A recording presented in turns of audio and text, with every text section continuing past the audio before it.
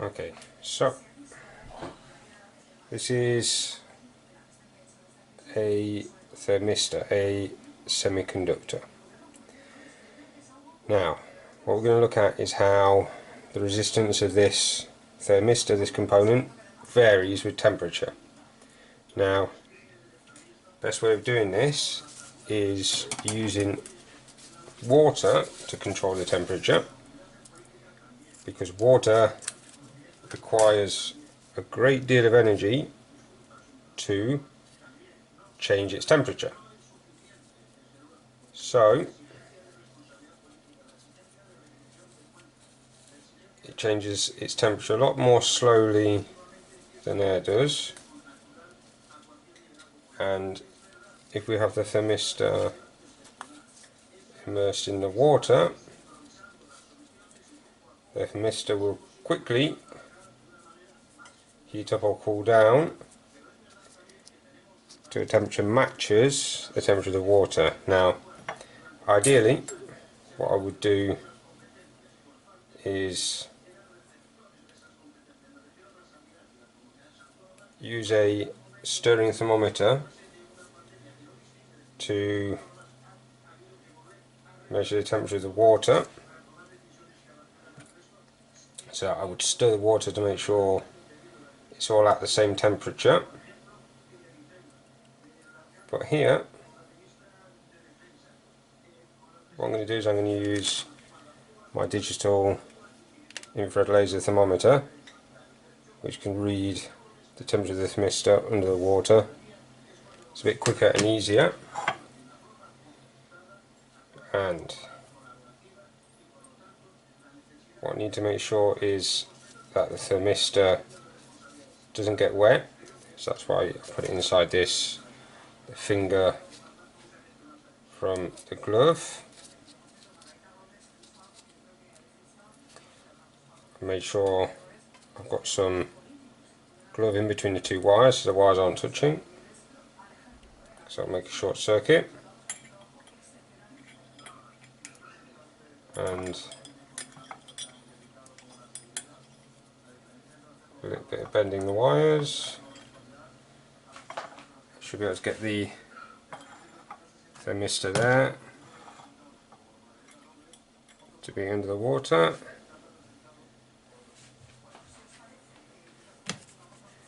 Temperature I can measure of the thermistor like this with the infrared thermometer.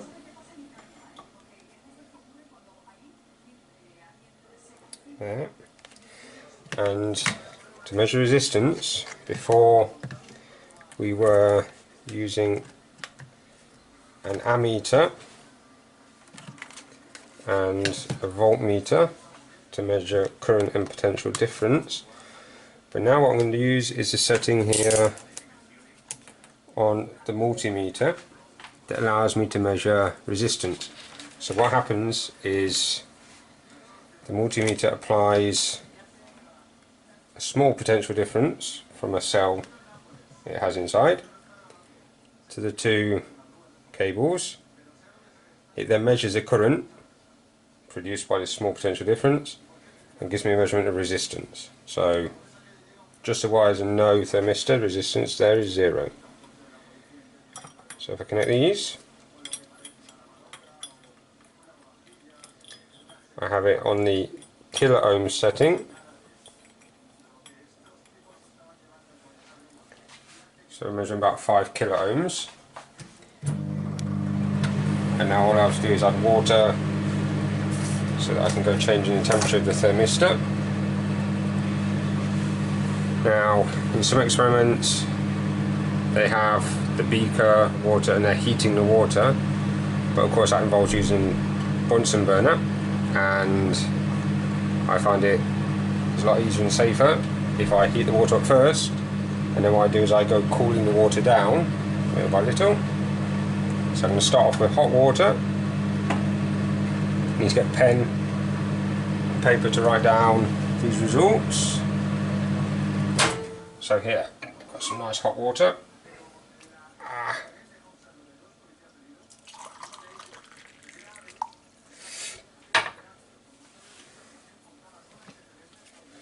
And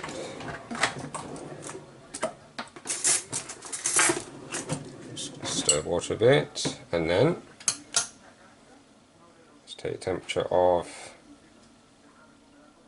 the thermistor, which, ow, it's just there.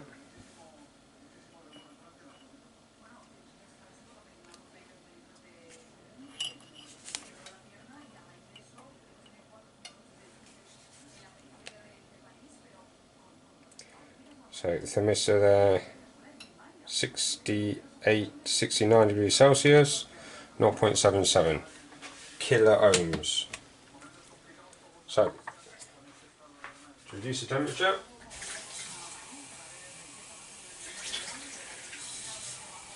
add some cold water.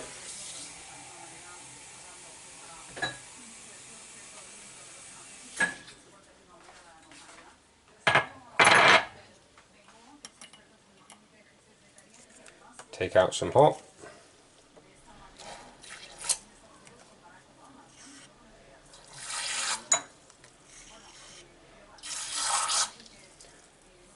Pop in some coals.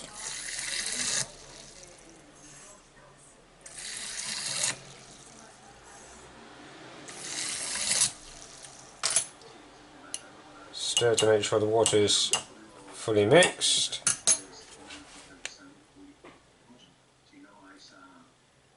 Getting now 65 degrees Celsius,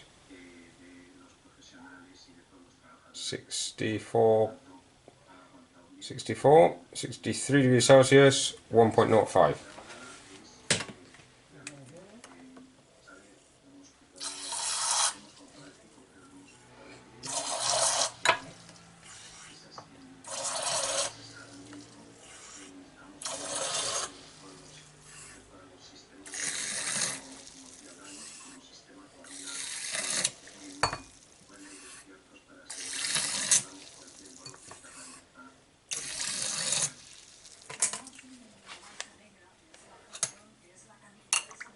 The water's mixed.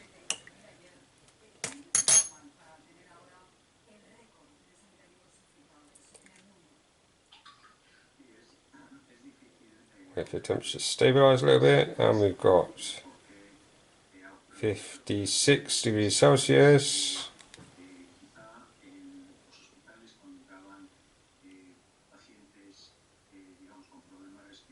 56 degrees Celsius, 1.42 kilo ohms.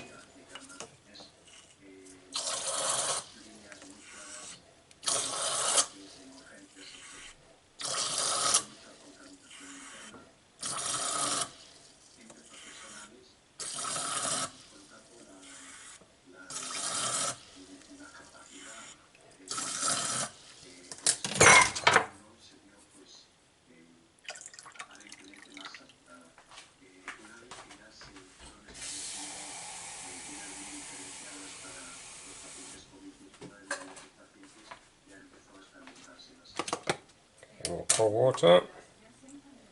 Give it a stir.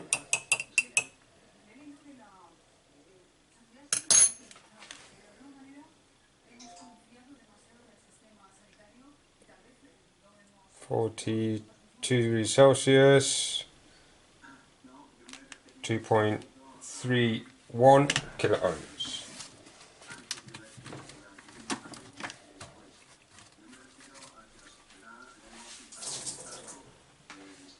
So let's get rid of some of this hot water.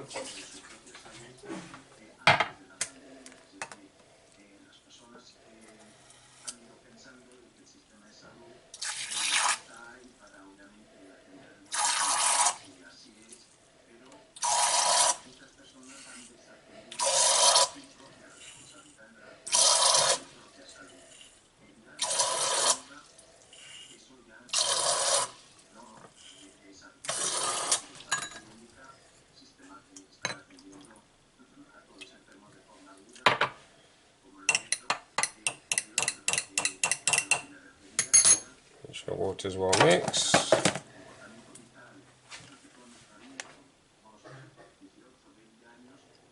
Temperature is 36 degrees Celsius. Resistance 3.02.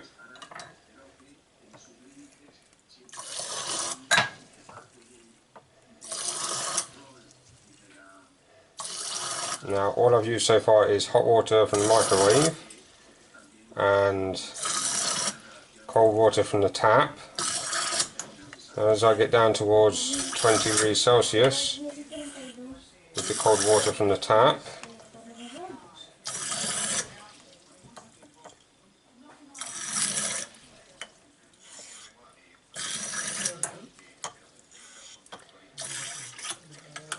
I won't be able to get any colder than 20 degrees Celsius using cold water from the tap. So, think to yourselves, how could I continue decreasing the temperature? And I'm not going to do it. I prefer you to think about it into comment. Okay? So here I've got 30 degrees Celsius and 3.96 kiloohms. Okay? So what we need to do is plot a graph. We need to draw a diagram of how the experiment was set up. We then need to draw a circuit diagram of the electrical components, and then we need to think, how could I get a bigger range of values for temperature? So how could I continue to drop the temperature lower than 25 degrees Celsius, which is about as low. Let's try just cold water from the tap.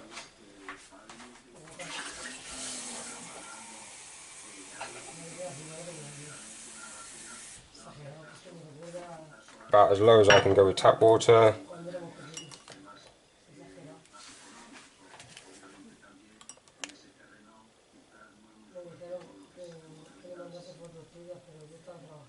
(22 degrees Celsius). 5 point. Make sure it's not touching the sides. It's only in the water, because the mug could be at a different temperature to the water. 22.5 degrees Celsius, 5.43 kiloohms. So think about how could I get the water colder to get a bigger range of temperatures, and we need to plot a graph.